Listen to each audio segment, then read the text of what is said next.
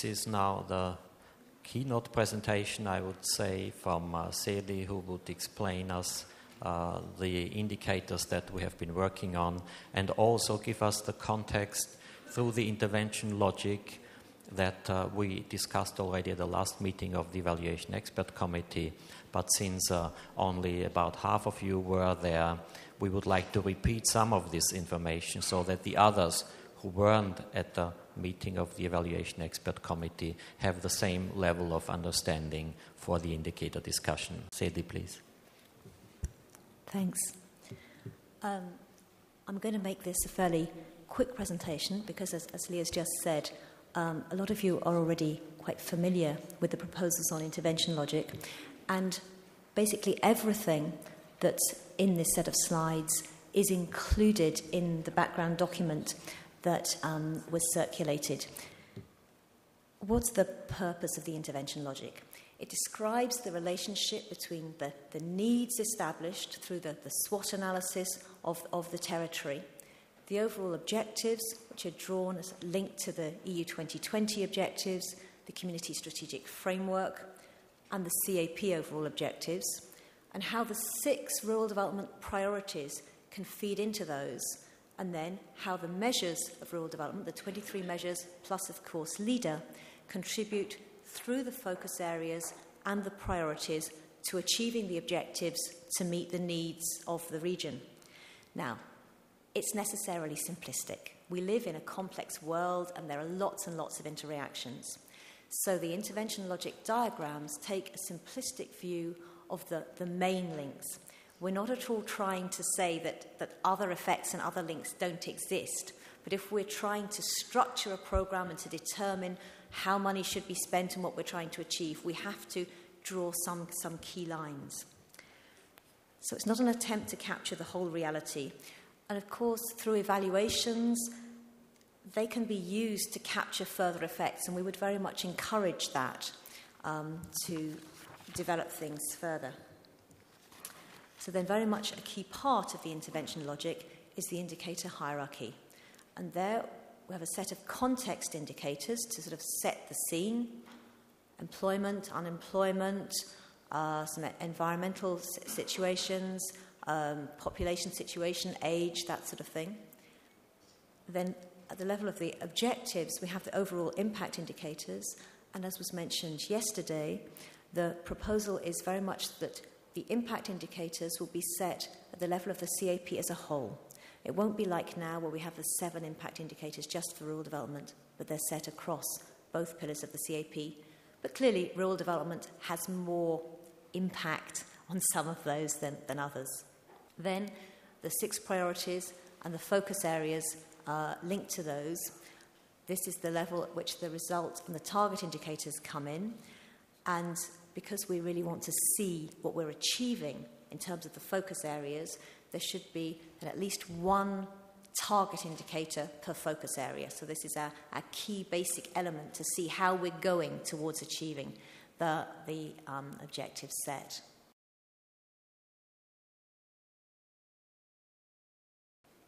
And then down at the level of measures and individual operations, this is where we're looking at the output information. So this is the proposed diagram that we've come up with, showing how the 6 rural development priorities feed in to the 3 CAP objectives. You can see that priority 1 at the bottom we see as a horizontal priority, which really feeds in and supports all of the others. And then 2 of the rural development priorities are more specifically linked to viable food production, 2 more to sustainable management of natural resources and climate, and then priority 6 more closely linked to balanced territorial development. Now, I'm certainly not going to read out lists of indicators. If they're in the background document, they will be on the tables when you're working on them. But you'll see in the list that we've put the proposed full list of impact indicators for the CAP, and then we've highlighted those that we see as being particularly relevant where we think that the rural development programs will make the most contribution. So in terms of viable food production, there are 3. 2 of them, I think, will be very familiar. and they use concepts that are already familiar and used by Eurostat, and this is something that we have tried to do in the proposals wherever possible, to use existing information, to use existing indicators, to use data that's already collected to avoid additional work and burden. The third one with a question mark there is linked to the innovation, the reskilling, potentially looking at the amount of money spent on agricultural R&D as a percentage of the agricultural GDP, because as you know, one of the EU 2020 targets is that 3% of GDP should be spent on R&D. A longer list here in terms of sustainable management and climate, which since agricultural land covers a large proportion of the EU surface area is not surprising. And then a rather shorter list there in terms of balanced territorial development, where one element of the proposal is that we should be looking at the actual values, rural unemployment, but also comparative values with the rest of the economy, so we can see how the rural areas are doing compared to the rest of the economy. Now, to move into the priorities themselves, there's a diagram for each priority, which is in the documents. Priority 1, as I said, we see this really as a horizontal priority. So we have the 3 measures there for advisory services, for cooperation, for knowledge transfer, and these, although they're specifically linked to priority 1, you will see these already in the other diagrams as well. And this is one reason why for priority 1, we think it would be most appropriate to establish targets on the basis of output indicators, because the results of priority 1 are really going to come through better results to the other priorities. If we're effective at providing advice, at providing training, then the result of that is going to be that what the training is for, if it's for environmental management, if it's for farm performance, will be seen in better environmental management, better farm performance. So that is one specificity of priority 1. Priority 2, the farm competitiveness. Here there's a range of measures, and you may look at those and think, my goodness, there are a lot of other measures that also contribute to that. And that of course, is very true, and you'll see some of those when we move on to priority 3. But this relates to the idea of having a simplistic approach, putting measures and actions where they are most used, where they make most contribution. Proposed result and target indicators here. The underlined ones are the ones that we suggest as potential target indicators. Nothing particularly new there, I don't think. GVA is something that's used at the moment, and I know that there'll be a lot of discussion on that because there have been a lot of issues with that, so we're looking forward to being able to have a discussion on what might work or might not work there. One of the things I should say about the result and target indicators as a whole, as a concept, is that because these have to be monitored, particularly the target indicators, and reported on regularly, it's important that they can be easily obtained. And the concept that we propose is that they are taken at the point of applications coming in and being approved, at which point there'll be a projection, an expectation of what that project or operation is expected to achieve. And this can be done through a combination of information in the application form, perhaps in conjunction with standard coefficients. We're all familiar with concepts such as standard gross margin, standard coefficients for generation of energy from solar panels, this sort of thing. So relatively simple things using a combination of information in the application form and standard factors to gain an expectation of what will be achieved, and that a sample of completed projects would then be verified during evaluation exercises to see whether the expectations were realised, which could validate the projections and lead, if necessary, to an adjustment if there was a big difference between what was actually realised compared to what was expected. Priority 3. So here we have food chain organisation and risk management. So here, if you were thinking that the slide for priority 2 was looking a bit thin, here you probably find some of the measures that you might have expected to see there. So this just emphasises the simplistic approach, but of course it's recognised that all sorts of activities to improve risk management in agriculture will of course have an effect on improving the competitivity of farms. So then the proposed result and target indicators there. The top 2 are specifically linked to the risk management. We haven't underlined, proposed either of those as target indicators. That's also something that we'd very much like to explore. What sorts of targets would be appropriate to set for risk management? At the bottom, now I said earlier that we were aiming to have really one target indicator per focus area, and there, you see, we have 3 underlined. Some focus areas, and this is a particular example, cover quite a lot of very distinct types of activities. So quality production, short circuit, marketing, producer groups. And it seemed to us in our initial discussions that it was difficult to combine all of those into one target indicator. So there may be cases where it's appropriate to have more than one target indicator for a focus area. Priority 4, very similar to our axis today. So you see that the indicators there that are proposed are again very similar to those that you're familiar with, and those of you who are involved in monitoring and recording under the CMEF will be aware of that sort of breakdown of those area-based measures.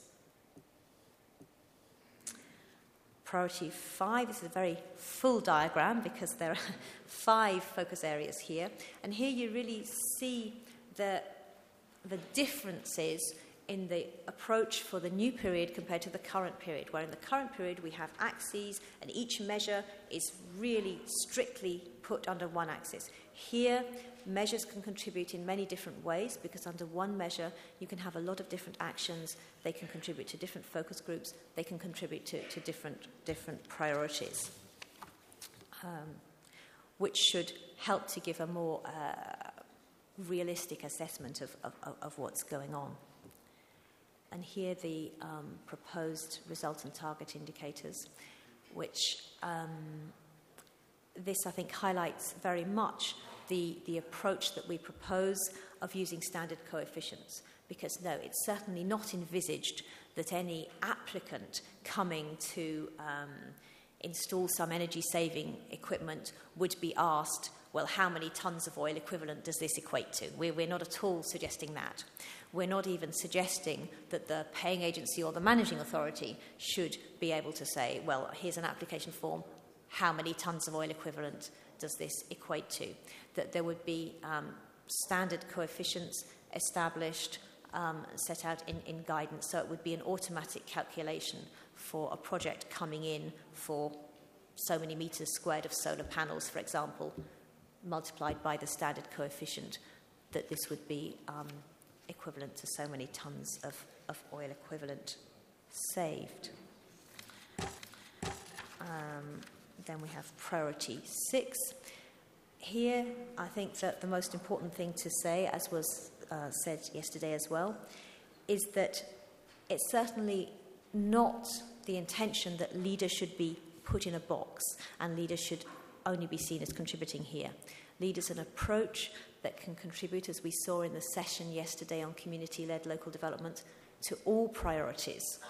And the specificity of leader is not a limitation in scope, it's a limitation in scale to the territorial area. So leader would certainly be expected and be able to contribute across other priorities, but clearly the main focus where we would be able to identify that is perhaps in priority 6. And so these results, target indicators, again, several of them very similar to what we have now, with the addition of the population benefiting from new and improved services and infrastructure, and particularly looking at IT because of the emphasis on innovation, on new technology. So that takes more importance for the new period than perhaps we have had in this period. So just a quick recap here, perhaps particularly for the target indicators, of what we were looking for, the essential characteristics that we think are going to be needed for target indicators to be workable, to be feasible. And this will be something that will come out through the day, particularly in the second and third sessions, I think. So at least one per focus area, because we have to be able to track what's happening in each focus area. It should be very directly linked to the interventions, not affected by external circumstances, changes in the economy, environmental events, that sort of thing. And the values should be simple to calculate and not pose a big burden. Now, this may require a certain amount of initial work in terms of preparation of guidance and this sort of thing, but once that's established, it should be a direct, simple calculation based on data from the application, standard coefficients, so that it can be monitored regularly, that applications, as they are approved and then completed, can be monitored. And then that the values would be validated through evaluations and adjusted as necessary. So far, we've looked at impacts and results, and now we come to outputs. And here, those of you that have had a chance to look at the paper will see that we're really proposing a very different approach to what we have now. At the moment in the CMEF, we have measure-specific output indicators and a varying number for each measure. What we're proposing for the future, and we think this really should be quite a significant simplification, is to work on the basis of data items collected at the level of the operation, the particular project or individual operation in the application form, captured as they are approved and held in the management database. And a lot of these items are things that you need for the management of the program anyway, that you will already be capturing. Who the beneficiary is, how much money the project is applying for. These sorts of things you will have. So we're trying to make use of existing information in a database so that it can be aggregated as required. Whoops. And we've proposed, really, we think these data items fall into 3 categories. There's one group, between 7 and 9, depending on whether we say each operation should really be linked to only one focus area, or whether we acknowledge the reality that many operations will contribute to more than one. These are very basic things like the measure code. At the moment we have our codes 121, 214, etc. We will still have some identification of the measure. The public expenditure. And the main priority that operation is seen as contributing to. And that's all stuff that should be directly identifiable, either from something that the applicant fills in, from something that the managing authority has already established. If there's a call for tenders for a particular type of project, they maybe will be projects for a particular priority. Then there's another group of 10 data items which would cover groups of measures. So, for example, for all the area-based measures, we'd want to know how many hectares were concerned by the application. But clearly, we wouldn't be asking hectares if it's an application to do with training. Again, for all the investment-related measures, we wouldn't only want the public expenditure, but we'd want the total expenditure for the investments, because we would want to capture the private contribution. We'd want to be able to look at leverage, for example. And then, even having looked at those, there were some measures for which we felt strongly that there was some additional information needed that was really very measure-specific. For example, for training projects, just the amount of money and the number of trainings delivered we felt wouldn't be sufficient, that it was important to know the number of training days. For cooperation projects, it was important to know the number of partners who were participating in particular projects. So there are 9 items that you will see which are really tied to very specific measures. This is a very different way of looking at things and something that merits really a lot of discussion. But we really felt that it does have quite a number of significant advantages over the current system. And in the climate when everybody is concerned about simplification, everybody's concerned about administration burden reduction, and everybody's concerned about cost and resources and being as efficient as possible, we feel that this is valuable and valid. That fewer separate pieces of information will be required. They're easily identified. They're either pre-coded on an application form because it's an application form for a particular measure, or they're taken directly from the application form. The farmer fills in how many meters squared of solar panels he wants to buy. They come from IACS if they're related to area, or they're coded on receipt by the implementing authority according to the type of investment or whatever. They're more strategic than the current output indicators because there's a link between each operation directly to a focus area and priority. And that has added benefits in terms of being able to track expenditure. If we're thinking about tracking environment climate expenditure, if we're thinking about performance, we have that there without having to do an extra exercise. It's already there. So less administration burden, because all these things are part of the management database. There doesn't have to be a separate monitoring and evaluation system with a separate aggregation and keeping of the data. But it's flexible. Because it's a database, you can aggregate as appropriate. And if needs do arise that perhaps were not, or questions that were not necessarily foreseen at the beginning, you would be able to interrogate the database and extract information.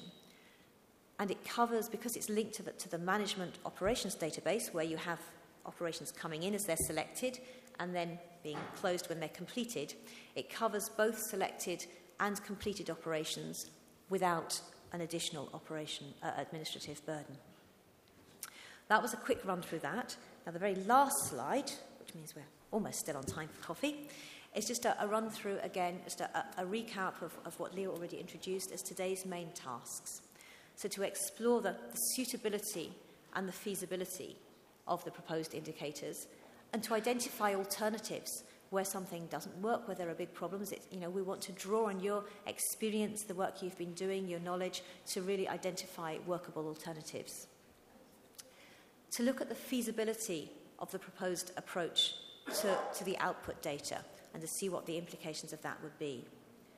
And the feasibility of the proposed method for calculating the result indicators, and to identify what else we need to do. Because I'm sure we're going to have a very full day today, but I'm sure that we're not going to finish feeling that the job's completed. So thanks.